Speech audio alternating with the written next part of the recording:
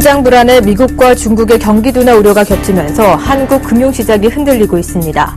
미국 제조업 지표가 안 좋게 나오면서 안전자산인 달러 선호 현상이 나타나 원달러 환율은 5개월 만에 달러당 1,090원대 진입을 눈앞에 두고 있고 코스피는 1,900포인트가 붕괴됐습니다. 금융투자업계에 따르면 지난달 28일 기준으로 외국인 원화채권 보유 잔고는 95조 6,453억 원으로 집계돼 이는 지난해 11월 1일 이후 3개월여 만에 최고치입니다. 채권 전문가들은 한국이 금융위기설에 시달리는 신흥국들과는 차별성을 보여 외국인의 이탈이 일어나지 않았다고 분석했습니다. 금융당국이 오는 10일부터 보험사의 TM 영업을 허용한 것을 시작으로 불법 취득한 정보가 아님을 확인한 금융사들에 대해 단기적으로 TM 영업을 허용해 3월부터 전면 허용한다고 밝혔습니다. 올해 들어 신주 인수권 부사채 행사 가격을 하향 조정하는 코스닥 상장사들이 줄을 잇고 있습니다. 금융감독원에 따르면 올 들어 전날까지 한 달간 코스닥 상장사가 신주 인수권 부사채 행사 가격을 조정한 경우는 모두 48건에 달하는 것으로 집계됐습니다. BW로 행사 가격을 낮추면 BW 투자 매력이 높아지고 오너들은 헐값에 워런트를 매입해 지분율을 높이는 데 악용할 수 있으며 기존 소액 주주들 입장에선 행사 가격이 낮아져 신주 인수권 행사 가능성이 커지면 물량 부담이 커지는 만큼 주가 하락을 감수해야 합니다.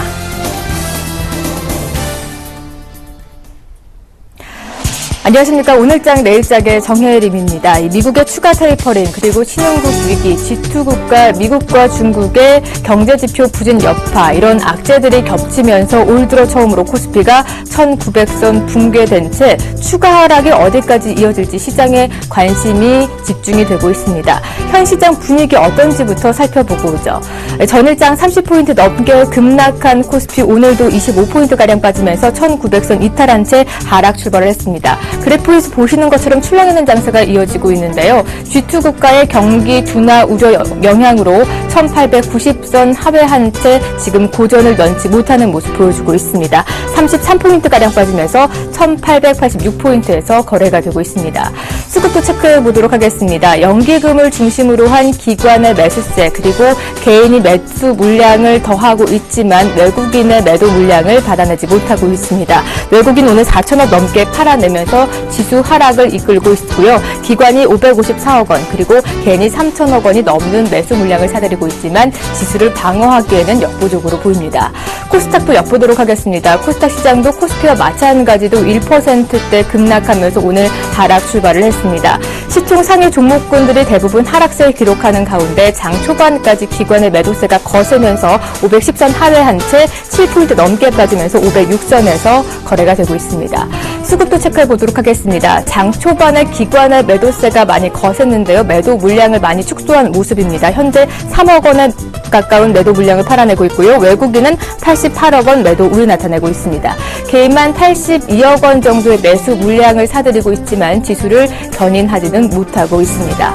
원달러 환율 외환시장 동향도 체크해 보도록 하겠습니다. 전일장에서 14원 급등하면서 1,084원대에서 마감을 지었습니다. 오늘도 3포인트 넘게 오르면서 1,088원대에서 상승 출발한 뒤에 상승폭을 계속 키워 장중에 1,089원대까지 치솟으면서 5개월 만에 최고치를 기록하기도 했는데요. 하지만 2월 수출업체 내고 물량이 쏟아지고 또 거기에서 상승폭을 줄여나가서 롱스탑까지 가세하면서 장중에 상승폭을 많이 현재는 줄인 모습입니다. 어제보다는 좁은 레인지에서 등락을 거듭하고 있는데요. 현재는 1,085원대에서 거래가 되고 있습니다.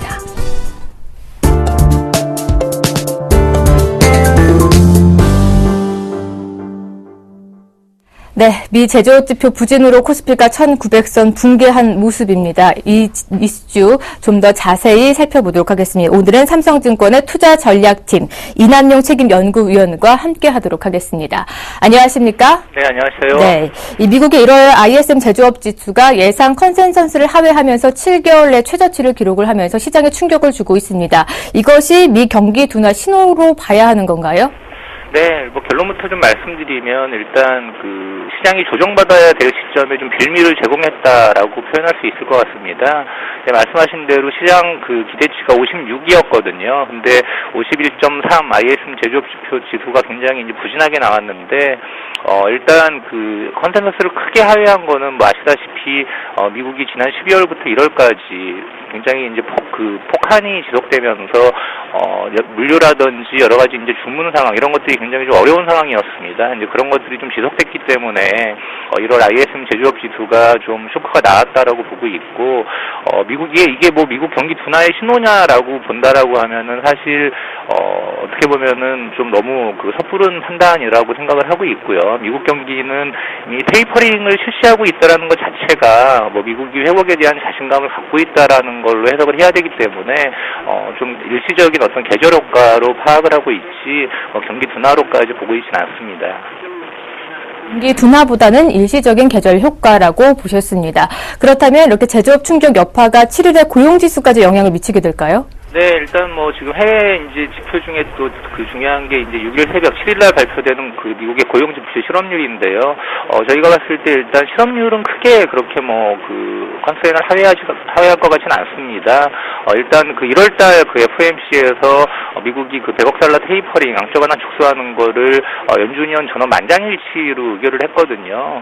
그런 것들은 어떤 1월달에 어떤 그 일반적인 지표들에 대한 가이던스를 가지고서 의사결정을 내렸을 텐데 만장일치가 나왔다라는 거는 미국의 어떤 고용 상황이 그렇게 뭐 나쁘진 않다라는 거를 좀 반증하고 있다라고 판단을 하고 있거든요. 그래서 ISM 제조업 지수가 좀 안 좋게 나온 것은 일시적인 이제 어떤 외부 요인이 있다라고 볼 수 있지만 지금 이제 작년 하반기부터 미국 고용 지표는 꾸준하게 좀 개선되는 모습을 보이고 있기 때문에 고용 지수까지 좀 악화되는 모습은 지금 봐서는 뭐 이렇게 나올 가능성은 크지 않다라고 보는 게 좀 합리적일 것 같습니다.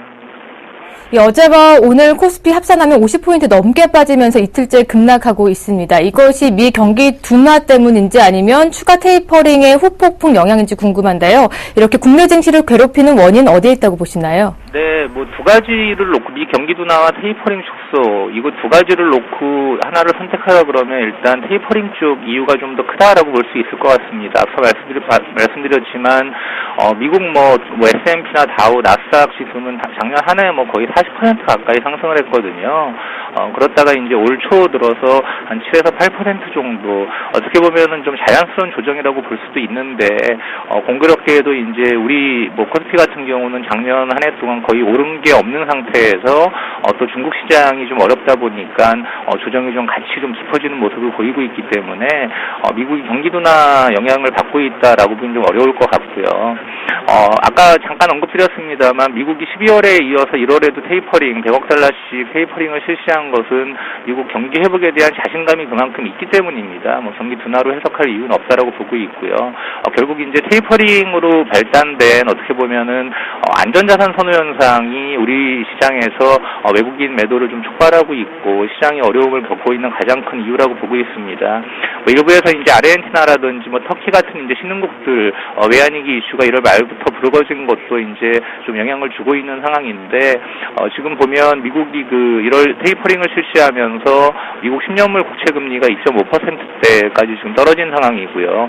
또 대표적인 안전자산으로 분류되는 엔달러 환율 같은 경우도 105엔대까지 있던 게 지금 101엔대까지 급락을 한 상태거든요. 그래서 전반적으로 안전자산을 선호하는 현상이 좀 강화됐기 때문에 신흥시장 중심의 그러니까 우리나라가 포함되어 있는 신흥시장 중에서 특히 이제 중국에 대한 민감도가 큰 한국 증시에 좀 외국인들 매도가 좀 이어지고 있다라고 보고 있고 그렇게 봤을 때는 뒤에 말씀드리겠지만 당분간 이게 그 V자 반등으로 이어지기는 조금 만만치 않다라는 생각을 하고 있습니다.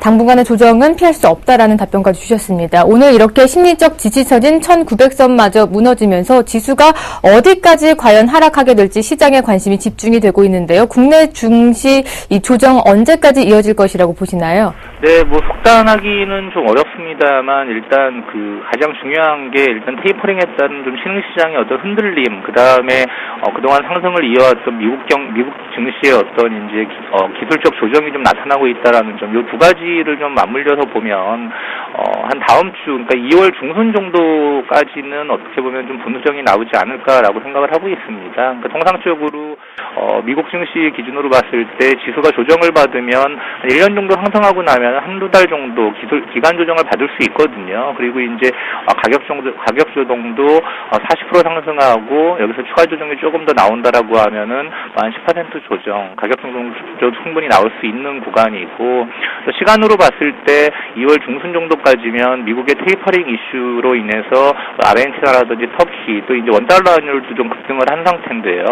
이런 것들이 이제 좀 차별화될 수 있는지를 우리가 구별할 수 있는 충분한 시간은 된다라고 보고 있습니다. 작년 5월 같은 경우도 버냉키 의장이 금년 안에 테이퍼링을 하겠다라고 했을 때 한두 달 정도 신흥시장이 같이 하락을 하다가 이제 한국 시장이 좀 차별화돼서 외국인들 매수가 굉장히 강하게 들어왔듯이 이번에도 이제 그런 차별화가 진행될 텐데 다음 주 정도면 이제 차별화가 좀 진행이 되고 시장은 좀 안정을 찾을 것 같습니다. 그래서 코스피 기준으로는 저희가 볼 때 한 1850 정도까지는 좀 열어놓고 일단 대응은 해야 될 것 같고요. 다만 큰 틀에서 봤을 때 1900선 이하에서는 분할 매수 가능한 영역이다라고 좀 그 대응 전략을 제시를 해드립니다. 네, 이렇게 오늘 긴급 이슈 진단, 오늘은 삼성증권 투자전략팀의 이남용 책임연구위원과 함께했습니다. 오늘 말씀 고맙습니다. 네, 감사합니다. 네, 지난 2월 1일 이미 연준 처음으로 100년 역사상 자넷 앨런이 의장으로 취임을 했습니다. 과연 앨런은 통화 정책을 어떻게 펼치게 될지, 그리고 그 영향이 국내 주가에는 어떤 영향을 미칠지 뉴스클릭에서 자세히 다뤄보도록 하겠습니다. 잠시 후 김용준 멘토와 함께 뉴스클릭으로 찾아옵니다.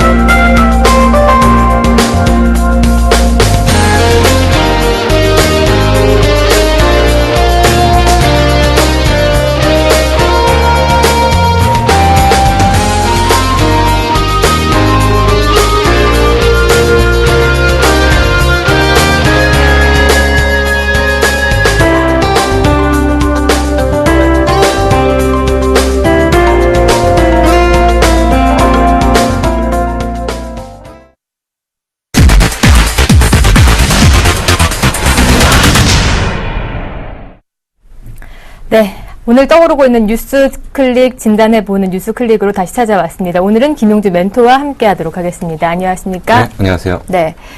미 연준의 수장이 바뀌었습니다. 벤 버냉키 의장에 이어서 100년 역사상 처음으로 자넷 앨런이 드디어 수장 자리를 차지하게 됐는데요. 앞으로 자넷 앨런은 어떤 통화 정책을 펼칠지, 그리고 그 주가의 영향은 어디까지 미칠지에 대해서 오늘 자세히 좀 다뤄보도록 하겠습니다. 네, 그렇다면 먼저 옐런 통화 정책 살펴보기 전에 그동안의 벤 버냉키 의장의 행보부터 짚어보도록 하겠습니다. 그동안의 벤 버냉키의 통화 정책 흐름부터 한번 짚어주시죠. 네.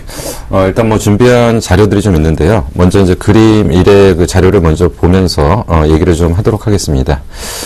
지금 일단 그 버냉키라는 사람은 그 한마디로 얘기해가지고 헬리콥터 벤이라는 얘기를 할 정도로 엄청난 이제 통화 정책들을 좀 펼쳤죠.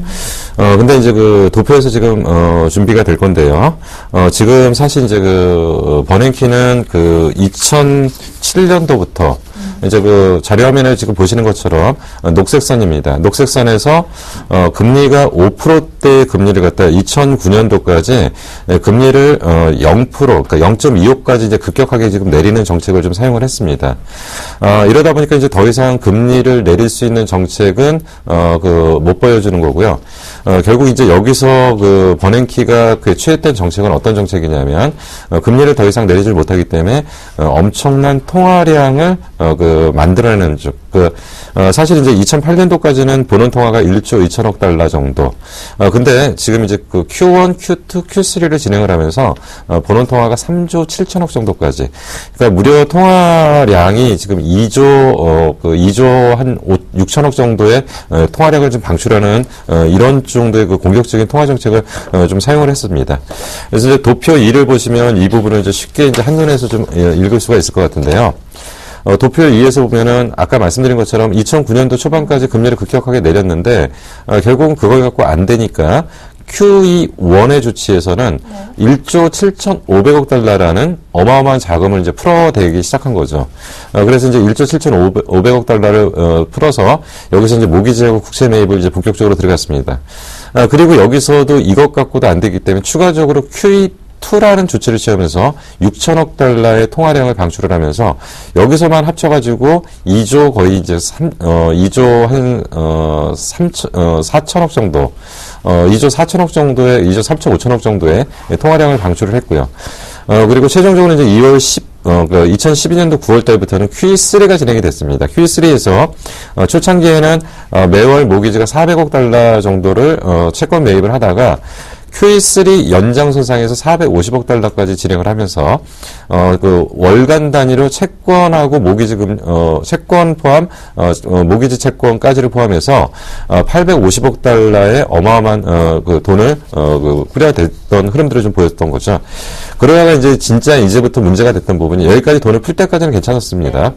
근데 최초로 이제 그동안 들어왔던 돈들을 일부 통화량을 줄이는 속도, 그래서 QE1의 축소 과정들이 작년 12월 달에 진행됐는데 월간 850억 불 정도의 그 채권 매입 규모를 750달러로 축소를 하면서 여기서는 모기지 채권 350억 불 그리고 장기 국채 400억 불을 진행하다가 이제 다시 이제 1월 달에 이제 올 1월 달 저희가 이제 그 구정 연휴가 들어간 기간 동안에 650억 달러로 축소를 하면서 모기지 채권 300억 불 그리고 장기 국채 350억 달러로 줄이는 과정까지 굉장히 많은 엄청난 지금 통화량들을 방출을 했다라고 일단 볼 수가 있습니다. 네, 이렇게 벤 버냉키 통화 정책 흐름을 짚어보다 보니까 누구보다 더욱 통화 정책이 좀 과감했던 행보를 나타낸 것 같습니다. 그렇다 보니 장단점이 있었을 것 같은데요. 벤 버냉키 의장의 이 통화 정책 장단점도 한번 짚어보죠. 예. 분명한 거는 미국의 그 2013년도 3분기, 4분기 GDP 숫자를 보면은 확연하게 나타납니다. 이제 무슨 얘기냐면 확실하게 이제 숫자들이 좋아졌죠. 그래서 이제 3분기에 그 깜짝 놀랄 만한 GDP 숫자가 발표가 됐고요. 4분기 역시도 3%대. 그리고 이제 그 또한 그들이 이제 그 가장 중점적으로 봤던 그 실업률이라는 부분입니다. 실업률이라는 부분이 제일 처음에 이제 그 문제가 생겼던 2008년도 기준으로 봤을 때 실업률이 일시적으로 12%대까지 올라갔다가 결국 이제 작년 말 13년도 말 기준으로 실업률이 7%대로 떨어지면서 경기 회복에 대한 일정 부분의 신호가 나왔고요. 그리고 실업률에 대한 부분들이 웬만큼 해소됐다. 뭐 이렇게 지금 볼 수는 있을 걸로 일단 보여집니다. 그리고 이제 실업률 도표 잠깐 좀 보면서 좀 말씀을 좀 드리도록 하겠습니다. 지금 이제 그 미국에서 그 2008년도 이전에 나타났던 실업률 지표 같은 경우는 그 사실은 6% 정도, 6.5% 정도를 이제 기준선으로 보고 있는데 아마도 이제 가장 긍정적인 신호가 이제 올 상반기에 나타날 걸로 일단 판단이 되는데 결국은 이제 미국의 실업률은 올해 상반기를 기준으로 6.5% 이하대로 떨어지기 때문에 거의 뭐 저희가 얘기하는 경제학에서 얘기하는 완전 고용이라는 건 4% 정도대로 완전 고용이라고 하는데 이거는 사실 실현 불가능한 숫자이고 6%대, 6.5%대 정도 된다면 비자발적 실업을 제외하고는 대부분 완전 고용 정도까지도 거의 근접하고 있다라고 보기 때문에 고용 부분에 대한 부분은 확실하게 잡았다. 그리고 경기 지표에 대한 일정 부분은 확실하게 잡았다라고 일단 볼 수가 있습니다. 이런 부분들은 이제 긍정적인 요소로 평가를 할 수 있고 그리고 미국에 분명히 경기 회복의 징후들이 나타나고 있다라고 일단 볼 수가 있는데 여기서 이제 문제점이 나타나는 부분이 이제 그 미국의 경제 디플레이션의 압력이 존재한다는 얘기인데 무슨 얘기냐면 여기서 이제 그 도표를 보시면은 잠재 GDP라는 부분과 실제 GDP라는 부분이 있습니다. 그래서 잠재 GDP와 실제 GDP가 갭이 벌어지지 않는 상태에서 거의 수렴하는 것이 그 경기의 어떤 펀더멘털 측면에서는 가장 긍정적인 신호인데 지금 현재는 잠재 GDP와 실제 GDP의 갭이 발생하고 있습니다. 결국 이것은 경기 체질 자체가 개선되고 있다라고 보기보다는 통화량에 의한 경기의 일시적인 그 좋아지는 현상이기 때문에 결국은 통화량에 문제가 생긴다라고 한다면 다시금 문제가 좀 발생할 수 있는 그런 부분들이 나타날 수 있다고 볼 수가 있고요. 또 한 가지 문제는 자산 버블 현상이 확실하게 나타나고 있다.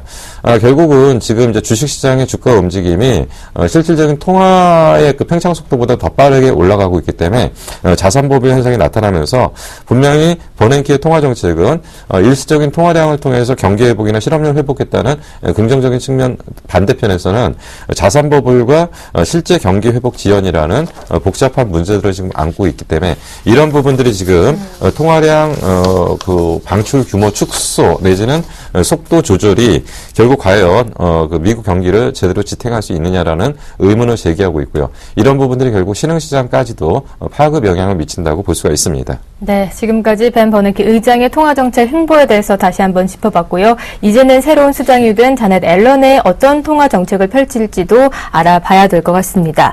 아무래도 벤 버냉키 의장 밑에서 부의장으로 활동을 했기 때문에 비슷한 행보를 이어갈지 않을까 이렇게 조심스럽게 예상을 해보는데 앞으로 이 앨런은 통화정책을 좀 어떻게 운용해 나가게 될까요? 어떻게 예상하시는지요? 자, 이제 여기부터 이제 고민입니다. 네. 이제 앞으로는 그 앨런이 어떻게 통화 정책을 피느냐에 따라서 향후 이제 그 주식시장에 굉장한 파급 효과를 미칠 것 같은데요. 네. 우선 실물 경기라는 측면만 놓고 본다면 아직까지는 디플레이션 압력이 분명히 존재하기 때문에 사실은 통화를 더 여기서 늘려야 되는 게 정상적인 정책이라고 일단 보입니다. 근데 문제는 통화량을 더 늘린다고 해서 실질적인 경제적인 효과들이 나타나지 않는다는 부분이 문제가 되기 때문에 그렇다고 한다면 실물 경기의 디플레이션 우려를 갖고 있는 상태에서 통화의 그 팽창 속도를 급격하게 축소하게 된다면 실물 경기에 상당한 충격을 줄 수밖에 없다라는 것은 누구나 주제할 수 있는 바라고 판단이 됩니다. 그렇기 때문에 앨런은 아마도 급격한 통화 정책을 펼치기는 좀 어려울 거라고 보고요. 아마도 예정된 수순에 의한 양적 완화 규모 축소가 진행될 거다. 그러니까 결국은 지난 시간에도 말씀드렸지만 매월 분기별 100억 불 정도 규모의 그 양적 완화 규모 축소가 진행돼서 연말 정도에는 제로 정도가 되고요. 아마도 2015년도 정도 되면은 금리에 대한 부분을 좀 건들지 않을까. 금리를 상승시키는 방향으로 좀 건들지 않을까. 이렇게 좀 보는 건데 여기서 우리가 조금 고민을 해야 될 게 지금까지는 유럽이나 미국 경기가 통화량에 의해서 경기 회복 진행이 나타났다고 한다면 미국의 경기 회복이 거의 정점을 찍었을 가능성이 상당히 크다라는 것이 지금 가장 우려되는 부분이고요. 아마도 이런 부분이 곧 조만간 미국의 지표들로 확인될 가능성이 있다. 그렇기 때문에 지금 전체적인 지수의 방향은 이 통화 정책과 맞물려서 본다면 추가적인 조정은 불가피할 것 같은데 과연 국내 증시가 얼마나 이러한 부분에도 잘 견뎌내고서 잘 버텨낼 수 있을지 그런 부분들이 분명히 이제 오늘도 지금 충격으로 와닿고 있고요. 그래서 이제 전일 제시했던 지수의 하단을 갖다가 1900 정도 아니면 1850 둘 중에 한쪽에서 하단일 가능성이 좀 크다라고 봤었는데 전일 미국의 흐름들 그리고 향후 어떤 통화 정책의 방향들 이런 걸 놓고 본다면 하단을 조금 더 밑으로 내려야 될 거라고 판단이 됩니다. 그래서 일단은 지수의 하단은 1850 정도 그리고 이제 앞부분에서 이제 그 애널리스트 시장 분석에서도 말씀했지만 당분간은 보수적인 관점에서 대응을 할 수밖에 없는 흐름이 진행될 거라고 판단이 됩니다. 네, 오늘 1900선이 붕괴됐기 때문에 하단은 1850선까지 다시 한번 제시해 주셨습니다. 오늘 뉴스킬레 김용준 멘토와 함께했습니다. 오늘 말씀 고맙습니다. 네, 감사합니다. 네, 오늘 장에서 떠오르고 있는 특징주를 뽑아서 낱낱이 파헤쳐드리는 나문의 와이가 곧바로 이어집니다.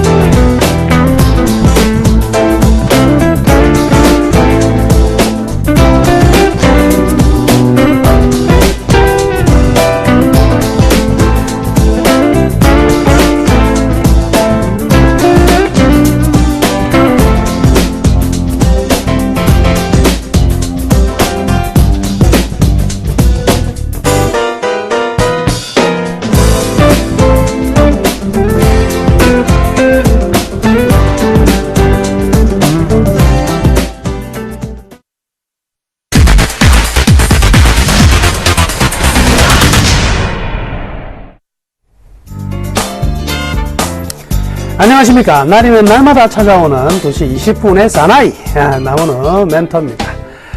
시장이 막 급락하니까요. 여러분 힘드시죠? 괜찮습니다. 지금 힘든 거요 잠깐이에요. 주식 하다 보면 맨날 웃을 수만 있는 건 아니거든요. 때로는 이렇게 좀 냉각되는 시장도 한번 보고 그러면서 또 인생이 이렇게 좀 재밌지 않습니까? 이렇게 즐기세요. 즐기는 사람만 이기는 사람이 없고요. 주식 투자를 하면서 바른 판단을 할 때 절대적으로 필요한 게 뭐냐면 분석력보다 더 중요한 게 있어요. 바로 마인드 컨트롤입니다. 마음을 어떻게 잘 잡아서 내가 처음에 추구한 수익을 향해서 꾸준히 걸어가느냐, 이 부분이 굉장히 중요한 거거든요. 그래서 시장이 흔든다고 해가지고 이리 휘둘리고 저리 휘둘려가지고는요, 오히려 처음 했던 판단이 오히려 자꾸 빗나갈 수가 있단 말이죠. 그래서 주식 투자하면서 제일 위험한 게 뭐냐면 바로 역사이클에 빠져드는 겁니다. 역사이클이 뭘까요? 종목 샀는데 떨어지는 거예요. 떨어지니까 종목을 팔아가지고 딴 데를 갔는데 또 떨어지거든요. 이렇게 사는 족족 떨어지고 파는 족족 올라가고 이런 역사이클에 말려들면 굉장히 힘들어요. 그 이유를 가만히 생각해 보면은요, 대부분 이런 경우 잘 못 느끼십니까? 내가 팔기는 기가 막히게 팔았는데 그 다음 사니까 이상이 떨어지더라, 이런 생각 못 해보셨어요? 대부분의 경우는요, 여러분들이 좋은 가격에 판 이유는 시장이 좋아서 좋은 가격에 팔았을 뿐이고, 산 시점이요, 대부분 시장이 그때부터 떨어지는 시점에 여러분들이 샀기 때문에 떨어지는 거거든요. 그렇기 때문에 따지고 보면 이 종목 교체라는 게 어떤 분석력에 대한 마인드 컨트롤을 가지고 꾸준하게 시장과 같이 바라봐야 되는데 종목만 보고 있으니까 이 시장하고의 괴리 속에서 흔들릴 수밖에 없다는 거예요. 그래서 시장 충격은요, 항상 내주는 겁니다.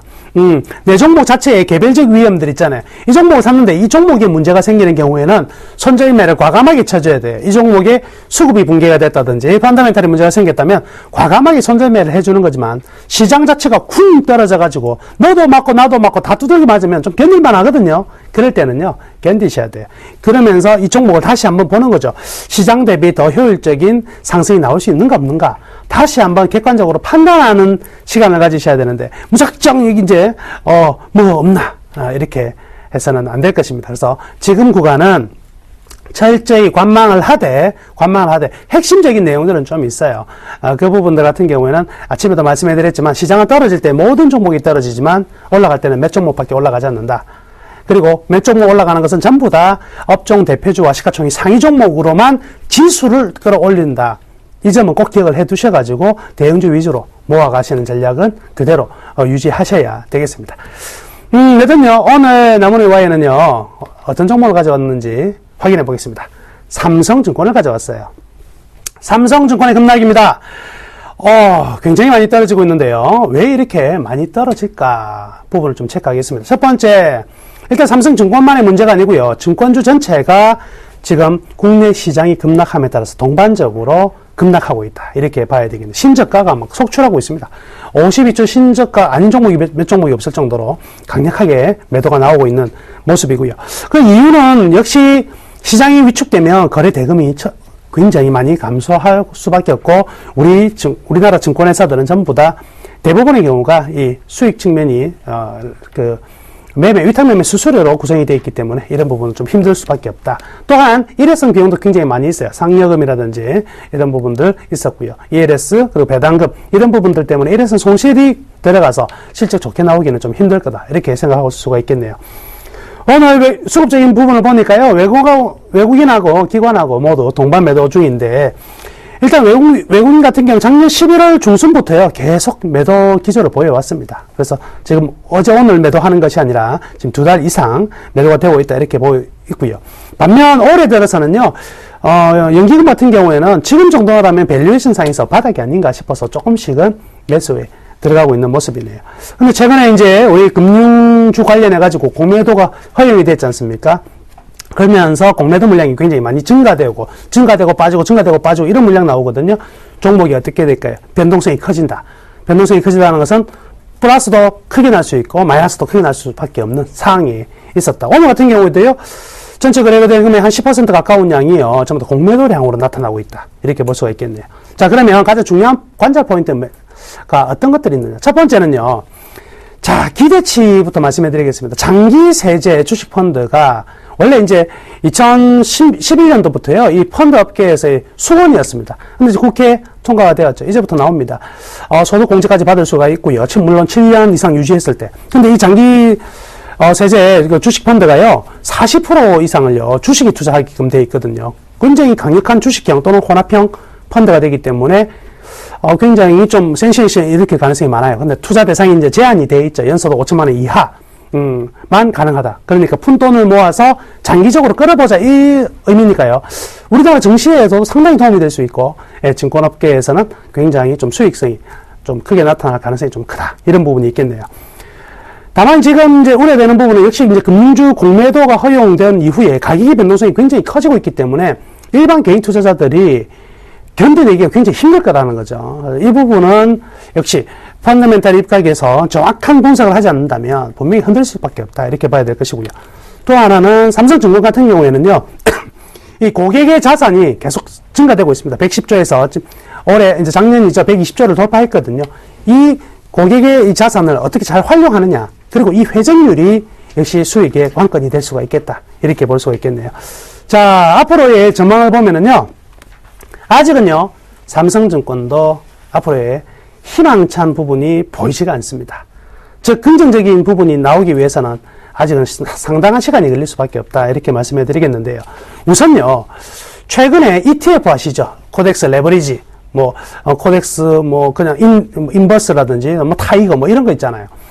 ETF 시장이요, 굉장히 많이 성장했습니다. 그래서 일간 평균 거래 대금의 약 한 20%까지 차지했어요. 한 8천억까지 나오거든요. 지금 우리가 하루 일간 평균 거래 대금이 3조대인데 8천억 정도 나오다 보니까 ETF가 굉장히 매력적인 구간이죠. ETF가 굉장히 성장한다는 것은 어떤 것을 의미할까요? 개인 투자자들이 직접 투자를 하지 않는다는 겁니다. 직접 투자를 하지 않는다? 위탁매매 수수료가 줄어들 수밖에 없는 환경이다. 이 부분은요, 역시 증권사 수익률에서는 좀 떨어지게 될 수밖에 없는 하나의 요인이 되고 있다. 이렇게 볼 수가 있겠고요. 자, 지금 원래 증권업계에 이제 그 감원 바람이라든지 지점 축소, 특히 비용 절감 바람이 굉장히 많이 불어오고 있습니다. 삼성증권도 마찬가지겠죠. 근데 삼성증권 같은 경우에는요, 이런 판관비를 줄이고, 그리고 인건비를 줄이고, 점포수를 줄이면서 이 비용 절감은 굉장히 잘했어요. 굉장히 잘해가지고, 역시 내부적인 어떤 이익이나 이런 측면으로서는 굉장히 좋은 상황이긴 해요. 근데 이것만 가지고 있잖아요. 주가가 올라갈 수는 없는 상황이다. 이렇게 봐야 될 것입니다. 자, 결국 믿는 것은요, 딱 하나네요. 주가가 얼마만큼 싸냐지, 이거. 얼마만큼 싸냐. 이게 알겠다, 이거야. 전부 다 보니까 안 좋은 건 알겠는데, 그래도 극단적으로 주가가 이 기업의 가치보다 싸다면, 이거는 분명히 살 수 있는 매력이 생길 수가 있겠죠. 그래서 지금 증권업종은 전반적으로 굉장히 싼 부분인데, 아직은 삼성증권은 다른 증권에 비해서 극단적으로 싸다고 볼 수는 없는 사실은 맞습니다. 여튼요, 이 저평가가 얼마만큼 이제 부각되느냐의 부분이 중요한 포인트고요. 그리고, 일전에도 제가 한번 언급해 드렸었는데, 위기의 증권업계는 누가 헤쳐나갈 수 있는 하나의 모멘텀을 제공할 수 있냐면, 현 정부가 제공할 수 있는 모멘텀이 있어요. 즉, 박근혜 정부가 이 금융에 대해서, 증권업 화랑에 대해서 공격적인 정책들을 내놓고 시장의 심리를 살려줘야지만 됩니다. 근데, 죄송합니다. 정부가 나서가지고, 증권업 호황, 이거 중요하게 생각 들죠? 굉장히 중요합니다. 이 증권업은요, 우리나라 기업을 살릴 수 있는 하나의 큰 부분이죠. 투자가 그만큼 된다면, 기업도 더 많은 고용과 투자를 할 수 있는 부분이거든요. 단순히 주가 올리려고, 대통령이 그렇게, 정책을 내놔서 되겠냐? 아니에요. 주가 올리는 것보다 더 중요한 거는 별로 없을 정도로 그만큼 중요한 겁니다. 그래서 박근혜 정부의 이 정책이 얼마만큼 이제 드라이브를 보여주느냐가 이 증권, 이 삼성증권도 마찬가지겠고요. 전반적인 증권주들의 강세로 터닝되는 모멘텀이 될 수가 있다. 이렇게 봐야 되겠네요. 자, 여튼요, 그럼 삼성증권 이 주식 현 시점 사야 되나 팔아야 되나? 어떻게 해야 되나? 자, 당분간요, 신경을 꺼둡시다. 쳐다보지도 말자. 이렇게 극단적으로 말씀해 드릴게요. 일단은요, 지금 오늘 급격한 하락, 엄청난 거래량인데요. 이 속에서 떨어지고 있는 부분은요, 아무래도 이 공매도 부분 굉장히 많이 차지하고 있는데, 이 첫 번째 영업수익과 영업이익, 순이익 그래프를 한번 보시면은요, 지금 2009년 이후에 매출액의 증가 속도가 없어요. 매출액이 들쑥날쑥하는 가운데 이 두 가지 초록색 선과 노란색 선, 어때요? 영업이익과 순이익이 계속 급감하고 있거든요. 이런 상황에서 매출액까지 줄어버리면 이익은요, 급속도로 떨어질 수밖에 없는 환경입니다. 그러니까 펀더멘탈 상에서 지금은 흔들릴 수밖에 없는 상황이기 때문에 주가가 이렇게 충격이 좀 크게 나타나고 있다. 이렇게 봐야 될 것이거든요. 그러니까요, 일단은 반등시마다 물량을 축소하자. 반등시마다. 사실은요, 오늘 이 방송이 좀 일찍 있었으면 당장 팔자고 이야기를 하고 싶었었는데 오늘 너무 많이 떨어지니까 지금 가격에 팔자 이렇게 이야기는 못 하겠네요. 그렇지만 시장이 좀 안정을 찾는 부분에서는 매도하자. 근데 난 죽어도 나는 증권주 한번 사야 되겠다. 삼성증권 사야 되겠다 하시는 분들은요, 기다리세요. 언제까지 기다리느냐. 지수가 2000포인트를 넘어서야 되고요. 하루 평균 거래대금이 5조를 넘는 그때부터 우리는 관심 있게 보면서 사도 됩니다. 증권주는요, 결코 미리 사가지고 기다리는 종목이 아니에요. 증권주는 철저히 달리기 시작할 때 올라타서 그리고 떨어지기 시작할 때는 과감하게 던져줘야 되는 종목입니다. 그만큼 굉장히 레버리지가 큰 종목이거든요. 자, 결론적으로 말씀해 드리겠습니다. 밸류밴드 차트 한번 보실게요. 자, 이 차트를 보시면은요, 지금 최하단을 깨고 내려가는 모습이죠. 예, 극단적인 저평가 구간으로 지금 들어서긴 합니다. 그렇다면 일정 부분 반등은 나올 수밖에 없을 것이고, 반등이 나오는 부분에서는 반드시 매도를 하시기를 바라겠습니다. 자, 그리고 삼성증권은요, 이렇게 할게요. 철저히 확인하고, 제가 말씀해 드렸던 정책 드라이버라든지 장기세제, 주식펀드 등에 대한 성공 여부 이런 부분들까지 다 확인한 다음에 본격적으로 올라갈 때 그때 뭐 하자? 추격 매수하자. 그 전에 미리 사가지고 있어서는 절대 안 된다 이렇게 말씀해 드릴게요. 그래서 물량은 계속적으로 좀 축소를 하고 매수는 저 뒤로 미뤘다가 제가 다시 증권주 삽시다 할 때 그때 사셔도 되겠습니다. 자, 오늘 나무의 특징주 와이는 여기서 마치겠고요. 내일 2시 20분에 또다시 특징주를 가지고 뵙겠습니다. 감사합니다.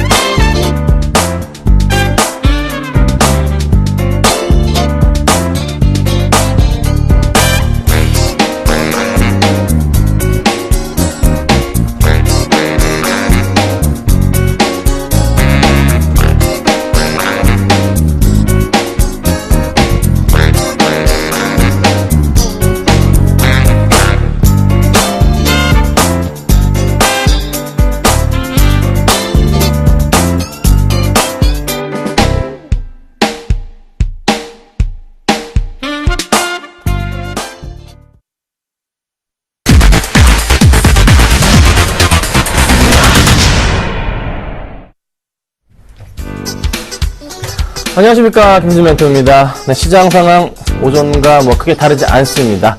네, 제가 또 찾아왔죠. 자, 어떻게 조금 대응을 해야 될까요?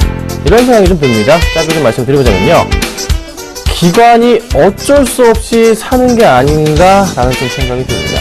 기관들이 정말 어쩔 수 없이 그냥 막 사주는 것 같아요. 그냥 너무 빠지다 보니까 또 이제 어딘도 바닥을 확인할 것 같아서 매수가 들어온 것 같은데, 외인들은 정말 많은 물량을 폭탄 드랍해주면서, 그쵸? 네, 현금을 또 빼가고 있습니다. 자, 하지만 중요한 것은 PBR 1배가 깨진 이후부터 해서 다시 코스피 2000포인트까지 가는데 최대 걸린 시간은 길어봤자 3개월이었습니다. 자, 그럼 지금 시점부터 해서 충분하게 아무리 늦어도 언제, 그렇죠? 2월, 3월, 4월 안으로는 그래도 어느 정도는 다 회복이 된다는 거죠. 20포인트까지는요. 그러니까 너무 걱정 마시고요. 지금 포인트에서 매수를 하셔야 된다 말씀을 좀 드려볼게요. 자, 오늘 잠깐 얘기를 해봤고요. 사실 지금 제가 추천드렸던 종목들, 뭐 어제 추천드렸던 뭐 솔리드 같은 경우나 그 전에 추천드렸던 원익 IPS 문제는 없습니다. 근데 그 전에 추천드렸던 종목들이 손저가를 막 터치를 했어요. 하지만 저는 오늘 가지고 가겠다 말씀을 좀 드려보겠습니다. 나쁜 종목 추천드린 거 아니고요. 비싸게 산 것도 없습니다. 다 괜찮은 가격이었기 때문에 오히려 저는 조금 더 가져가 보도록 하겠습니다. 시장이 좋아지면 갈 수밖에 없는 종목들이거든요. 나쁘지 않습니다. 여러분들도 걱정 마시고 대응을 하시면 좋을 것 같고요. 오전에 제가 또 기아차를 말씀을 드렸죠. 기아차 추천드렸는데 54,000원에 매수가 들어갔죠. 한 300원, 400원 정도 오르고 있는데요. 시장에 맞는 종목들 제가 추천드리고 있습니다. 네, 오늘도 가지고 나왔습니다. 이따가 확인을 하시고요. 궁금하신 그 자기 보유하고 계신 종목 있잖아요. 그 종목에 대해서 문자를 주세요. 자, 013-3366-0110번으로 문자 주시면요. 제가 네, 바로바로 실시간 상담해 드릴 거니까요. 문자 주시면 되겠습니다. 013-3366-0110번입니다. 아셨죠? 문자 지금부터 주시면 돼요. 자, 바로 좀 수급 100점주를 조금 살펴보겠습니다. 오늘도 역시나 5가지 종목 가지고 나왔는데요. 시장 많이 힘들죠? 그래도 좋은 종목으로 뽑아봤습니다. 자, 첫 번째 종목 한국전력입니다. 보유하고 있는 종목이죠. 수익 중입니다. LED 디스플레이입니다. 그리고 기아차, 루멘스, 포스코 ICT 가지고 나왔습니다. 자, 포스코 ICT가 눈에 띄고요. 기아차도 역시나 오전장에 추천드려서 수익 중에 있는 종목입니다. 자, 하나하나씩 살펴보겠습니다. 먼저 한국전력입니다. 자, 지금 한국전력 같은 경우는 여러분들 정말 잘 아시는 무슨 종목이죠? 네, 경기 방어주입니다. 그쵸? 오늘 시장뿐만이 아니라 최근의 흐름 보세요. 차트 흐름 볼게요. 오늘은 0.9% 빠지긴 하지만 정말 잘 버텨줍니다. 그렇잖아요. 시장 상황에서 이렇게 빠졌다가 다시 올라가고 시장이랑은 완전 반대로 움직이는 게 지금 최근의 추세가 눈에 정확하게 들어옵니다. 그렇죠? 참 이쁘게 움직여주고 있어요.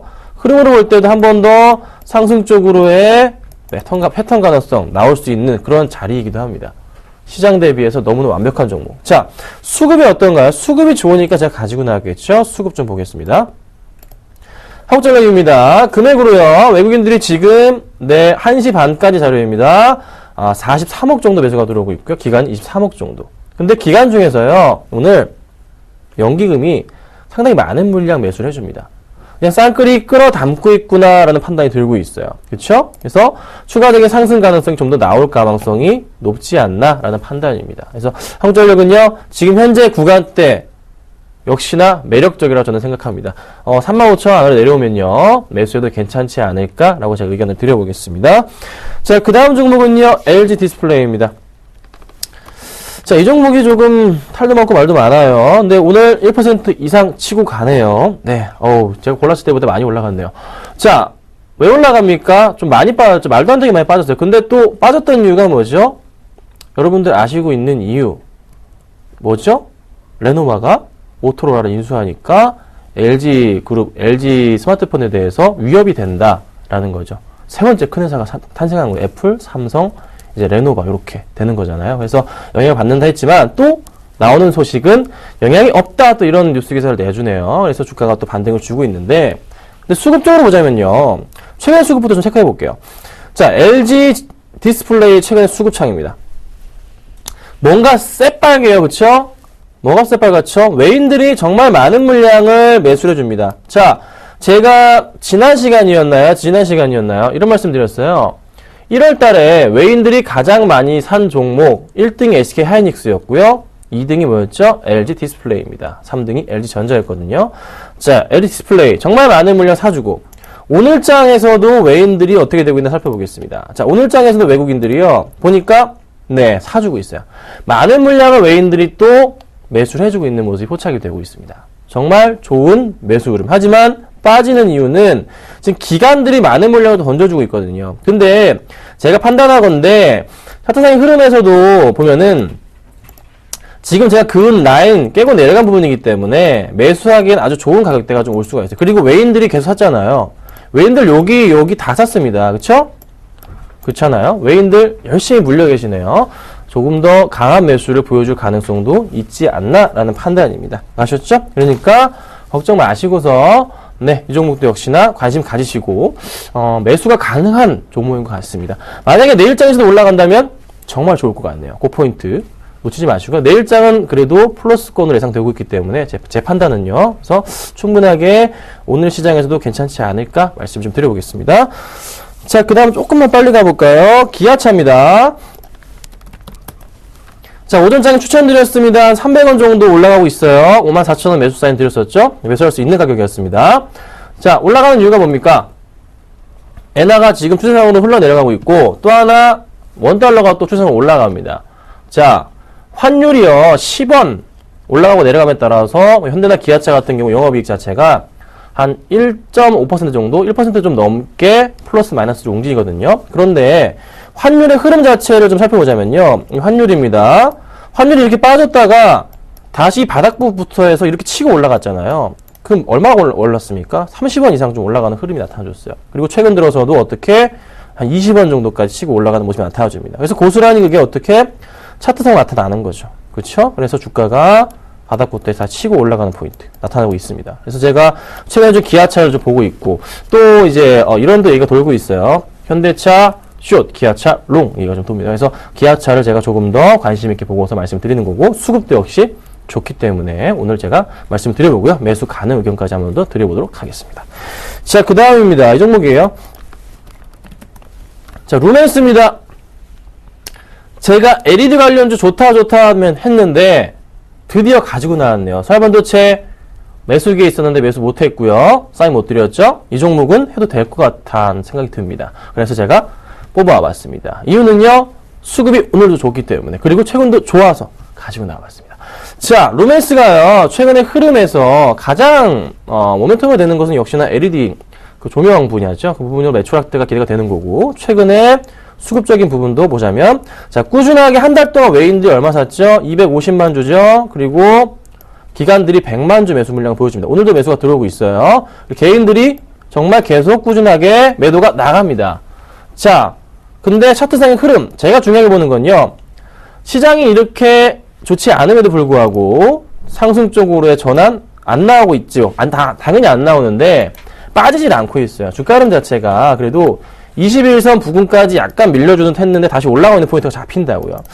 이 정도라면 저는 시장이 그래도 어느 정도 단기적으로나마 상승이 내일장에서는 반등이 나올 거라 보고 있고, LED 관련주들, 제가 그래서 포스코 IC 추천드린 거거든요. 포스코 IC 지금 수익 중이잖아요. 요 관련주 보셔야 됩니다. 그래서 LED 관련주들도 제가 오늘 뽑아서 루멘스 수급도 좋아지고 실적도 좋기 때문에 가지고 나와봤습니다.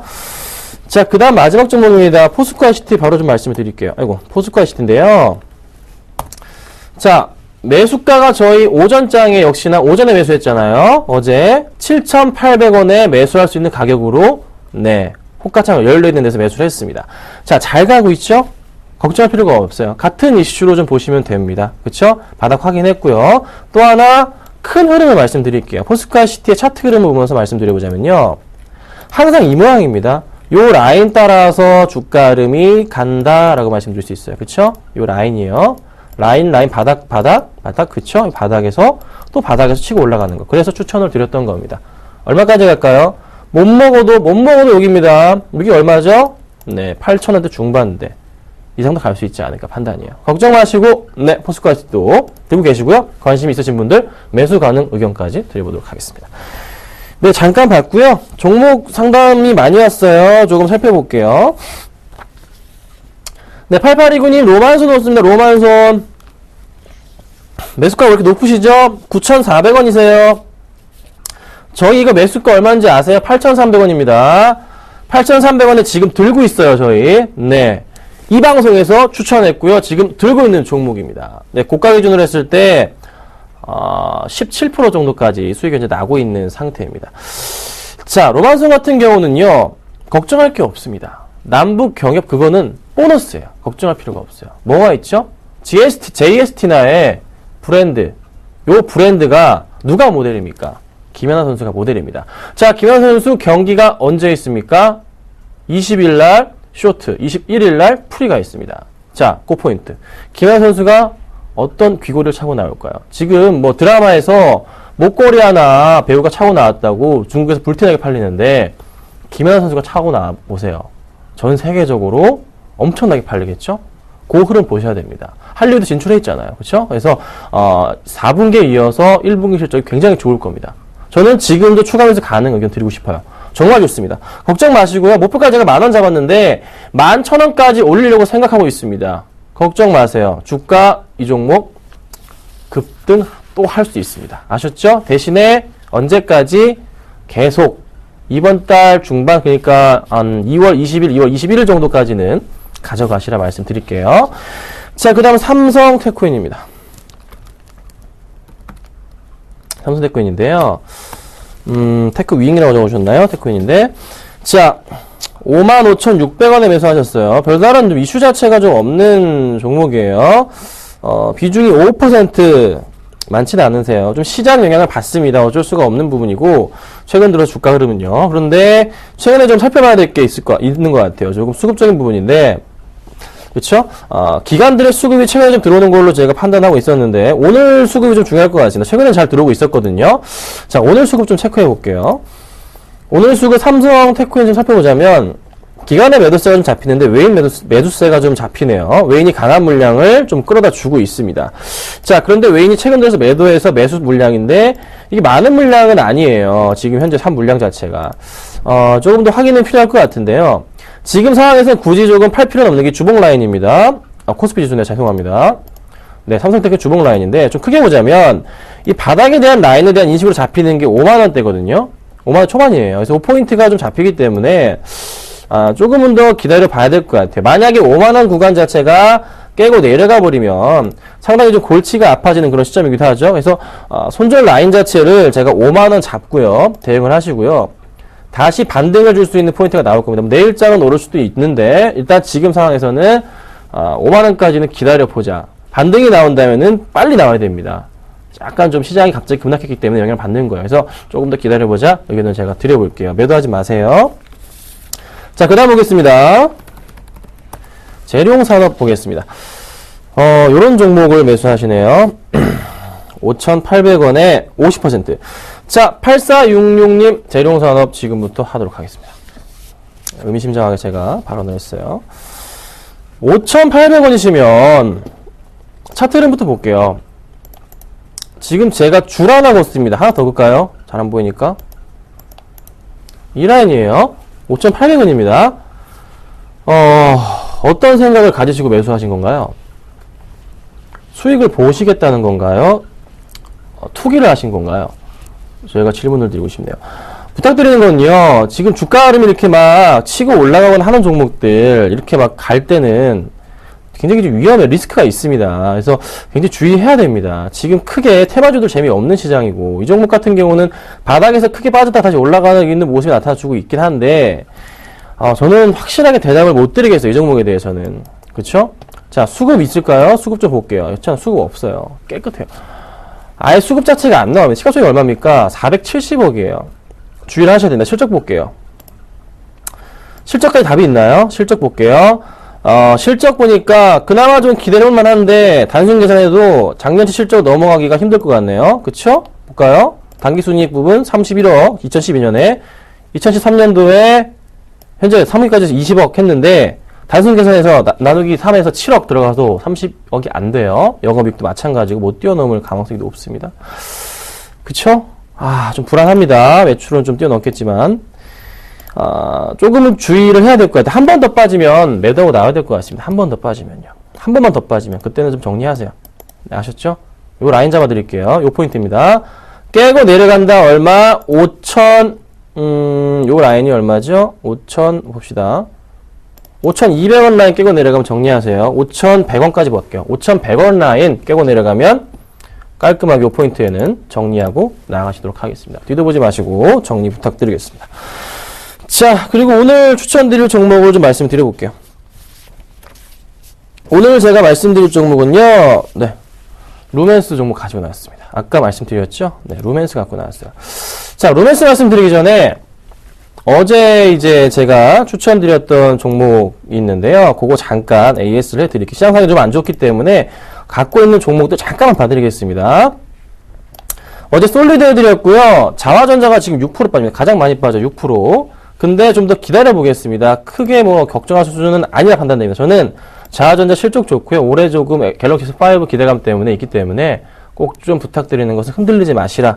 제가 이 종목 지켜보고 있으니까 가자고 의견을 드려볼게요. 홀딩 의견만 드려볼게요. 자화전자만 제가 좀 말씀드리겠습니다. 자, 그리고 바로 루멘스 말씀드려보자면요. 포인트는 똑같습니다. 네, 별다른 의견 드릴 거 없고요. 바로 매수가 잡아드리는 게 낫지 않을까 좀 말씀 좀 드려볼게요. LED 조명시장 수혜 기대가 되죠. 자, 가격 잡아드릴게요. 가격은요, 오늘 종가에서 들어갑니다. 저는 내일 시장이 그래도 어느 정도는 상승 쪽으로 다시 올라갈 가능성이 있다고 판단이 됩니다. 오늘 종가 베팅 들어가고요. 목표가는 12,000원 잡고 대응하고요. 손절가는 1,700원 잡고 20% 깨고 내려가는 구간으로 설정하도록 하겠습니다.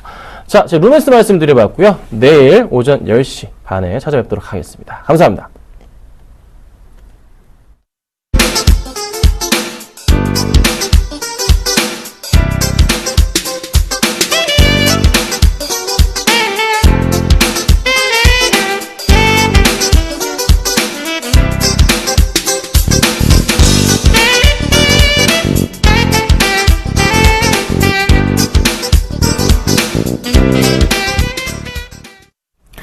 현 선물시장 막론하고 외국인의 매도세가 거셉니다. 25포인트 하락 출발한 코스피 무려 현재는 36포인트 넘게 빠지면서 2%에 가까운 조정보 나타내고 있고요. 코스닥도 1% 조정받으면서 양대 증시 모두 하락 마감을 지을 것 같습니다. 다소 아쉬운 하루네요.